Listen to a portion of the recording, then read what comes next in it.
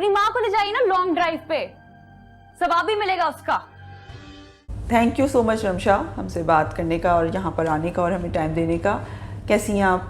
मैं ठीक ठाक अल्हम्दुलिल्लाह, आप कैसी हैं? मैं बिल्कुल ठीक हूँ। और आपकी ड्रामा शूट कैसी चल रही हैं? बहुत टायरिंग, बहुत लेट नाइट तक शूट और ये सब चीज़ें, पर मज़ा आ रहा है। अच्छा, अभी आपका ही ड्रामा अभी जो ख़त्म हुआ है वो बड़ा टॉक ऑफ द टाउन बन गया है, तो उसमें आपका करैक्टर एक ऐसी लड़की का है जो मतलब हमारे यहाँ ड्रामों में भी ऐसे करैक्टर कम लिखे जाते हैं, तो आपने क्या जब ये स्क्रिप्ट आया तो आपने क्या कुछ ही कर लिया, सोचा कुछ?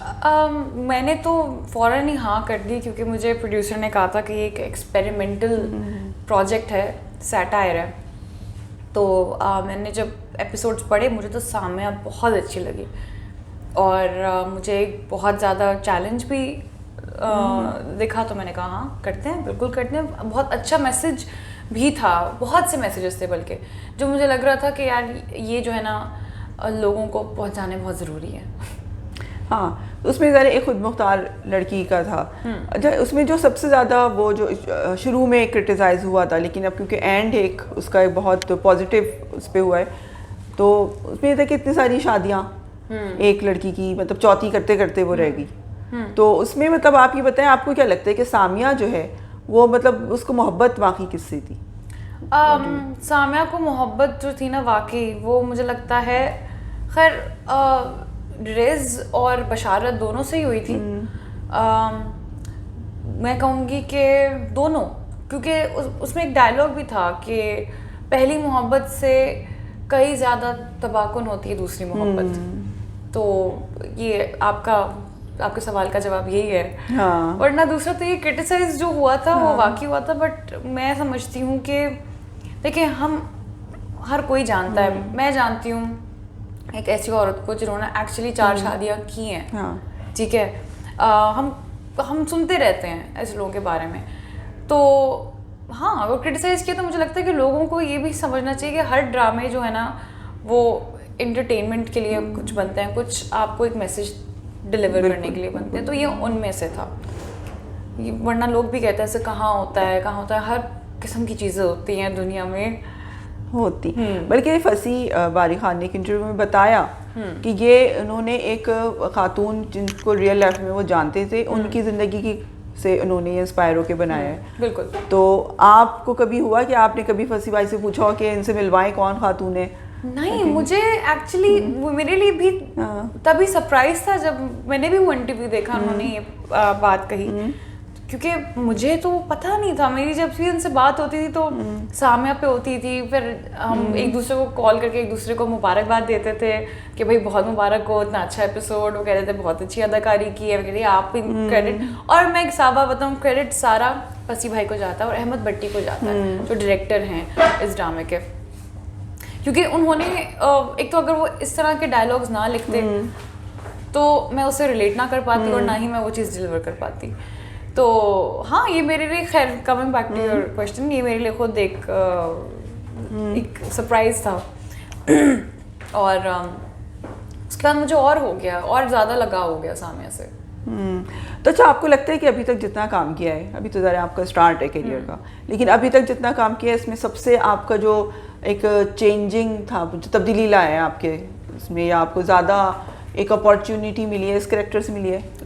बिल्कुल 100% मुझे बिल्कुल लगता है कि सामिया से मेरा जो, मैं थोड़ी बहुत लोगों को पता चला है कि रमशा कौन है।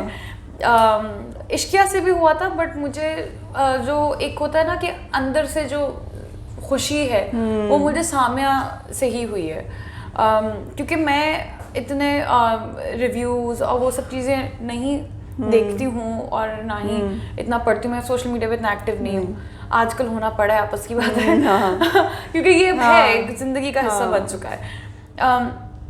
मगर एक होता है ना कि आपके बस जो आपके दिल से आप मुतमईन हो, वो मैं हो चुकी हूँ। मुझे नहीं पता जी, लगता है मुझे नहीं पता आगे क्या होगा, ये क्या मेरे करियर का मुझे बूस्ट मिल गया है या ये मुझे मज़ीद तरक्की हासिल हो गई है, मुझे नहीं पता, वो सब अल्लाह ताला के हाथ में।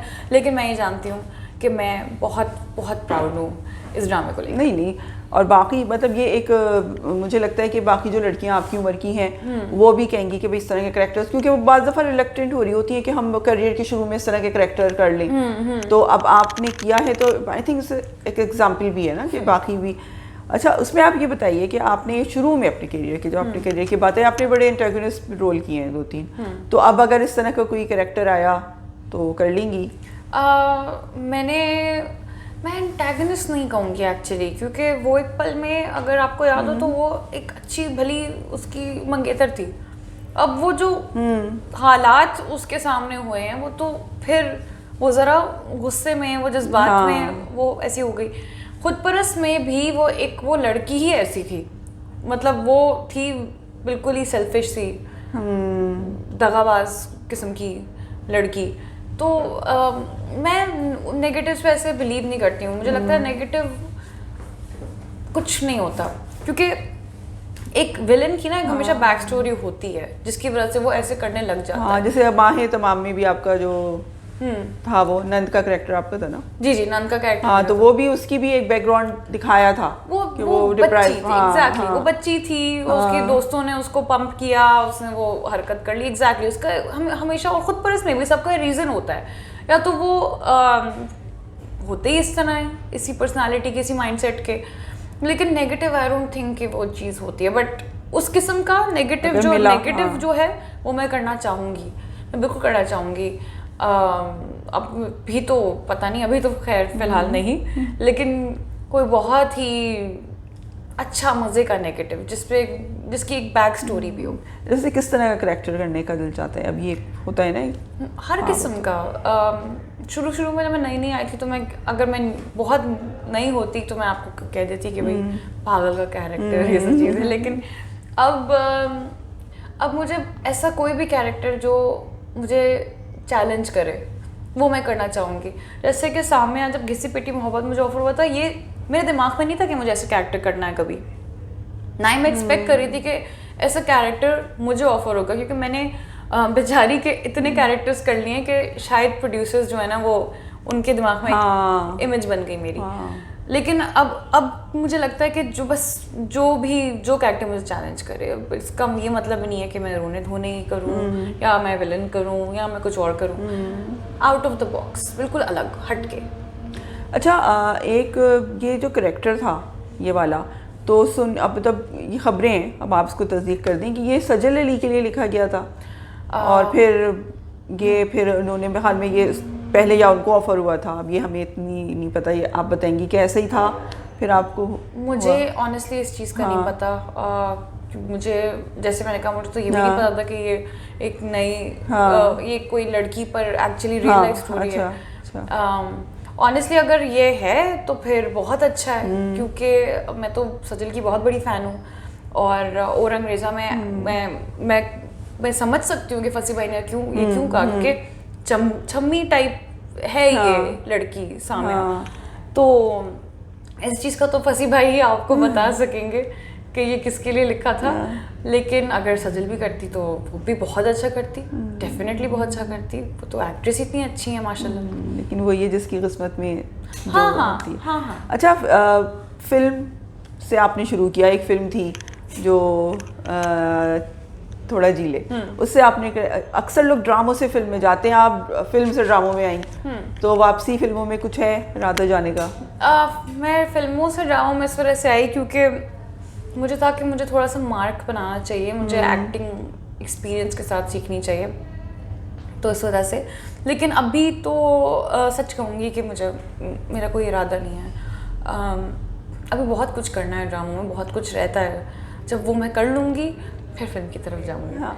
अच्छा, आखिर में बताएं, रमशा खान क्या हैं, कि क्या वो बीइंग एन एक्टर अपने आप को बताएं, और बीइंग ए पर्सन किस तरह के आप करेक्टर करेंगी, क्या अपना फ्यूचर कहाँ देखती हैं? अभी तो स्टार्ट है ना। रमशा खान जो है वो बहुत ही एक इंट्रोवर्ट औरत है।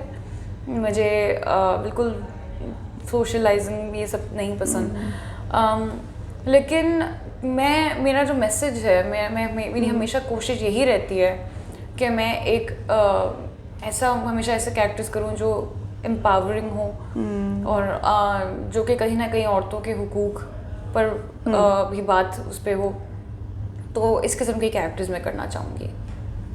Thank you so much Shamsha. Thank you so Thank you. Much.